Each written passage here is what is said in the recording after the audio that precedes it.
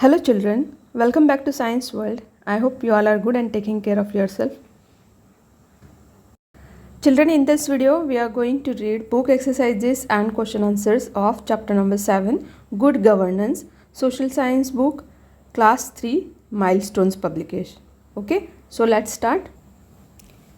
Here we have book exercises, page number 49 in your book, and first exercise is fill in the blanks. See the first question. The laws of the country are written in the. जो laws होते हैं country के, जो कानून होते हैं वो कहाँ लिखे होते हैं.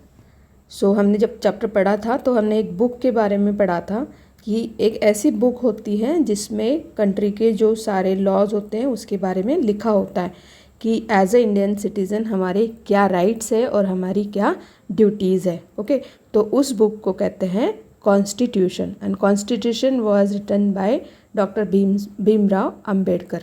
ओके, तो उस बुक को हम कहते हैं constitution. Question number 2. The council of dash are part of the central government. Central government के बारे में हमने पढ़ा था, तो उसमें जो काउंसिल ऑफ मिनिस्टर्स क्या होती है, काउंसिल ऑफ मिनिस्टर्स होती हैं जो कि सेंट्रल गवर्नमेंट का पार्ट होती है, and it is the functional part of that central government. Okay, next question is there are dash union territories in India. India में कितने यूनियन टेरिटरीज है, हमें आंसर पता है. There are 8 union territories in India. पहले 9 हुआ करती थी लेकिन अब 8 हो गई है, और वो कौन कौन सी है उसके बारे में हम क्वेश्चन आंसर्स में पढ़ने वाले हैं. Okay, question number 4. The first prime minister of India was. First prime minister of India कौन थे? Yes, correct, Pandit Jawaharlal Nehru. हमारे स्वतंत्र भारत यानी कि इंडिपेंडेंट इंडिया के फर्स्ट प्राइम मिनिस्टर थे Pandit Jawaharlal Nehru. Number 5. A citizen of India who is dash years and above can vote.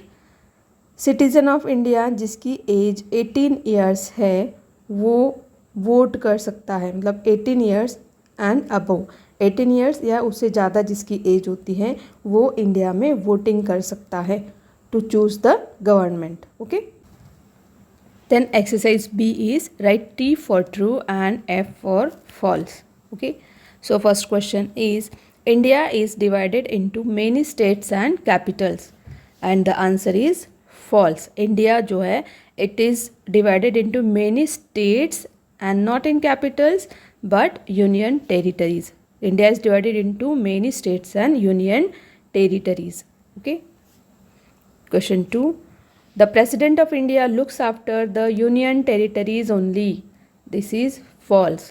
president of India जो है वो states and union territories दोनों का ही look after करते हैं.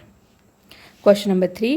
Kavaratti is the capital of Puducherry, and this statement is also false because Kavaratti जो है it is not the capital of Puducherry but it is the capital of Lakshadweep Islands.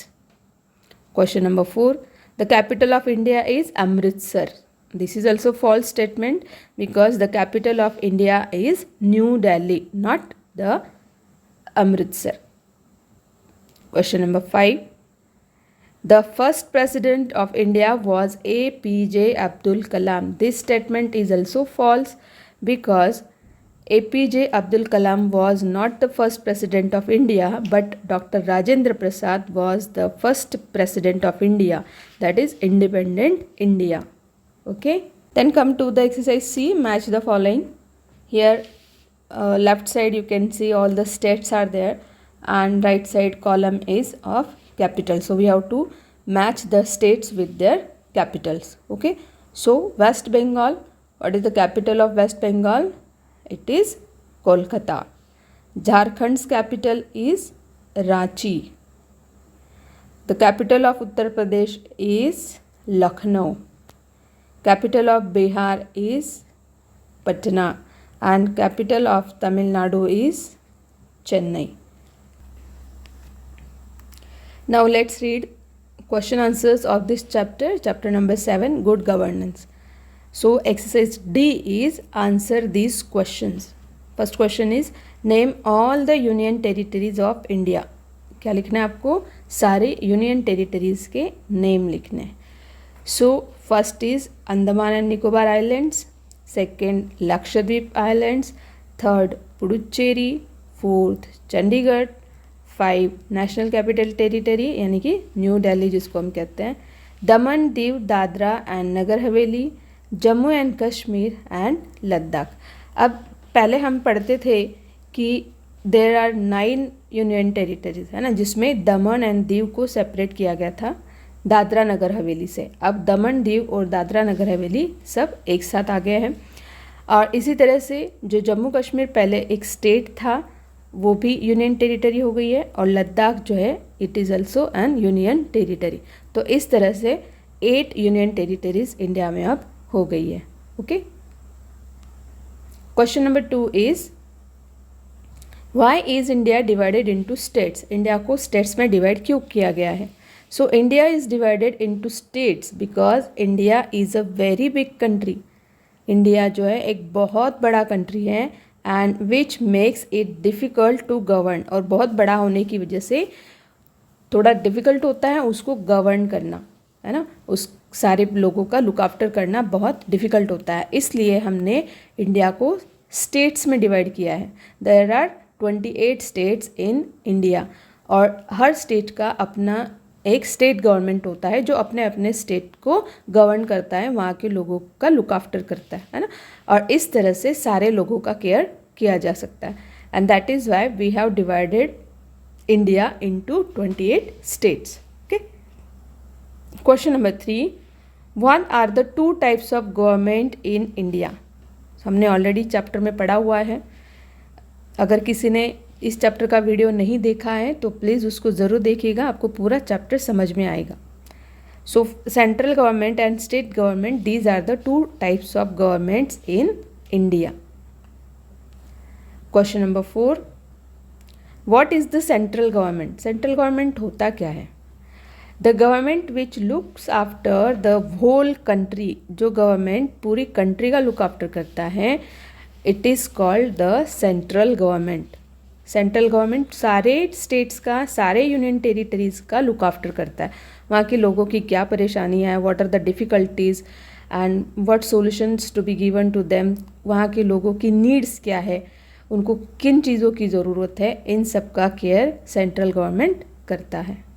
I hope आपको समझ में आ गया होगा ये answer. Then question number 5 is what is the role of state government. State government का role क्या होता है? जब हमने अभी पढ़ा कि जो सेंट्रल गवर्नमेंट है वो सबका ही ख्याल रखता है, लुक आफ्टर करता है, स्टेट्स एंड यूनियन टेरिटरीज दोनों ही, लेकिन स्टेट गवर्नमेंट का रोल क्या है फिर?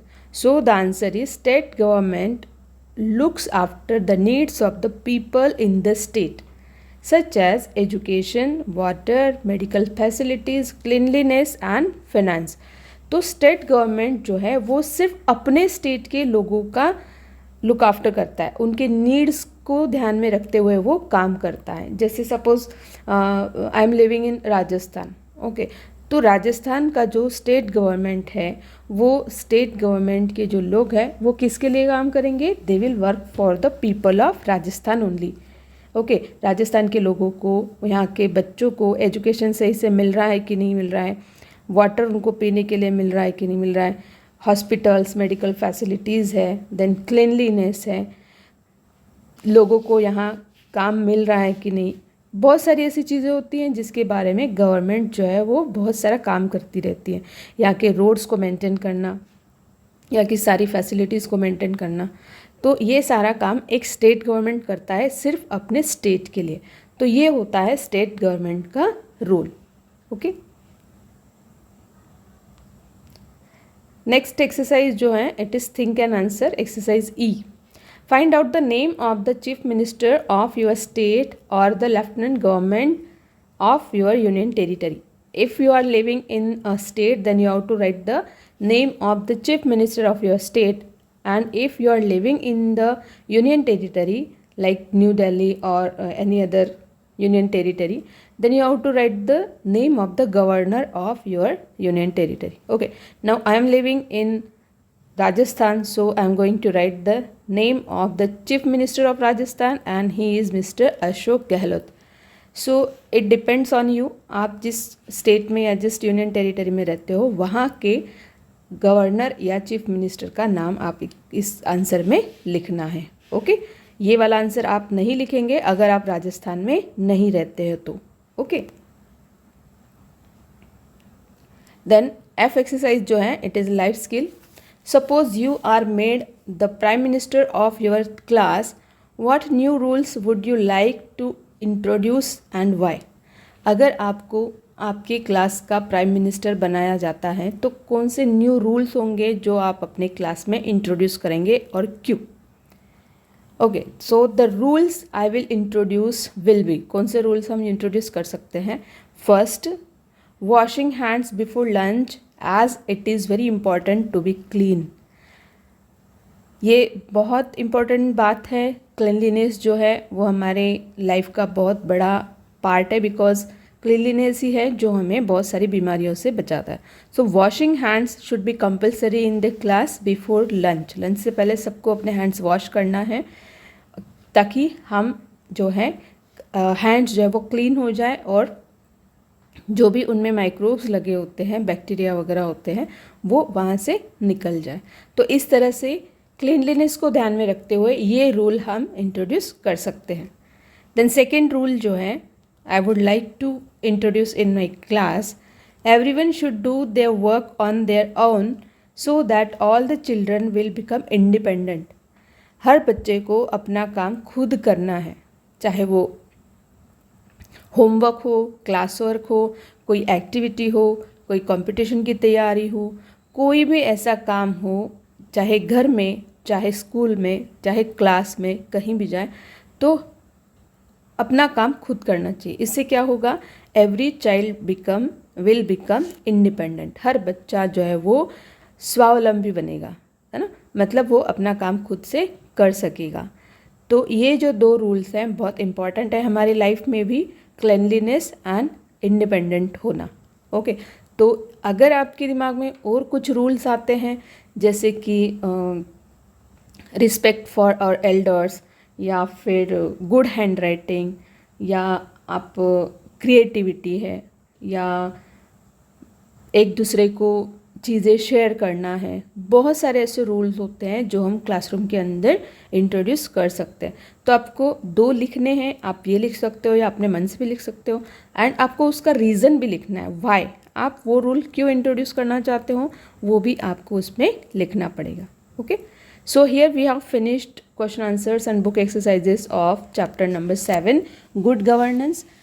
हम जल्दी मिलेंगे अपने नेक्स्ट वीडियो में और वो वीडियो होगा अपना book exercises and question answers of chapter number 9 Mumbai. Okay, so we will meet soon. Till then, take care. Bye bye.